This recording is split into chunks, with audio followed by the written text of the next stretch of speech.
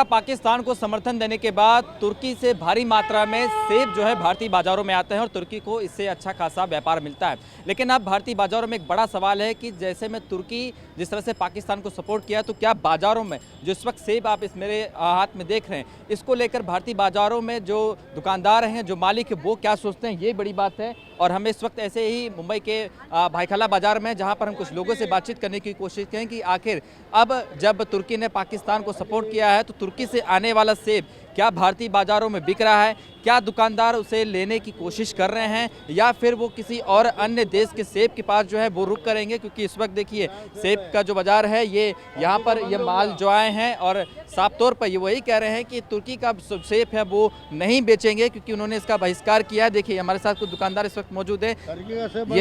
ये बताइए कि जो सेब आ रहे हैं कौन सा माल है, तुर्की का है कि कहाँ का? ये ईरान का है, ईरान का। तुर्की बंद हो गया है, तुर्की बंद कर दिया। तुर्की बंद कर दिया। आप नहीं लेंगे वहाँ से माल? नहीं लेंगे।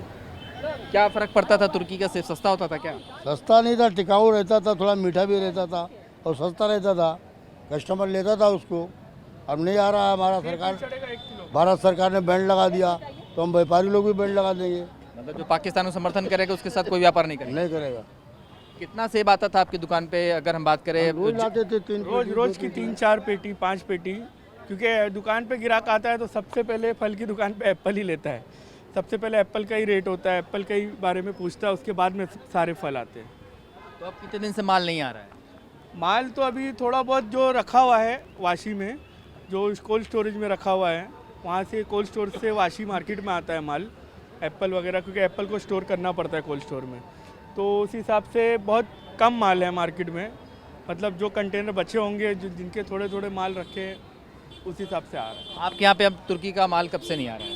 अभी तो काफ़ी टाइम से नहीं आ रहा है, अभी तो बाज़ार में है नहीं, उस वजह से रेट भी थोड़ा हाई हो गया है। अब कितने रुपए किलो बिक रहा है?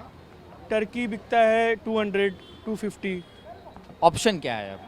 ऑप्शन तो बेस्ट है, अपना इंडियन एप्पल है, मगर अभी फ़िलहाल वो सीजनल फ्रूट है, सीजनल में आता है, 4 महीने के लिए ही आता है सिर्फ इंडियन एप्पल, फिर उसके बाद बंद हो जाता है।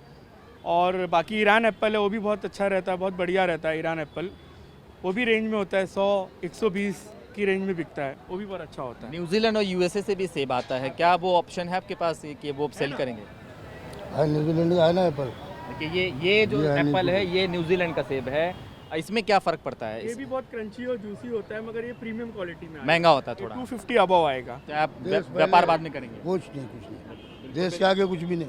बिल्कुल, देखिए ये व्यापारी थे जिनका साफ तौर पे कहना है कि देश सबसे पहले है, और वो जो एप्पल यानी जो सेब भारतीय बाज़ारों में आता है अब वो तुर्की से लेना बंद कर देंगे, यानी वो नहीं बेचेंगे। उनके पास ऑप्शन है, वाशिंगटन का सेब है, इसके अलावा ईरान का एप्पल है, न्यूजीलैंड का सेब है, वो सेब वो बेचेंगे। क्योंकि अब साउथ अफ्रीका से भी सेब आते हैं, क्योंकि अब तुर्की से जो सेब है जो टिकाऊ होता था, सस्ता होता, लेकिन अब उसे वो भारतीय बाज़ारों में नहीं बेचेंगे। तो साफ तौर पर जिस तरह से तुर्की को देखिए पाकिस्तान का समर्थन करने का खामियाजा अब भारतीय बाज़ारों में, खासतौर पर देश की आर्थिक राजधानी मुंबई में देखने को फिलहाल जो है वो मिलते हुए दिखाई दे रही है। कैमरा सुभाषित दाम के साथ शुभम पांडे, TV9 भारतवर्ष, मुंबई।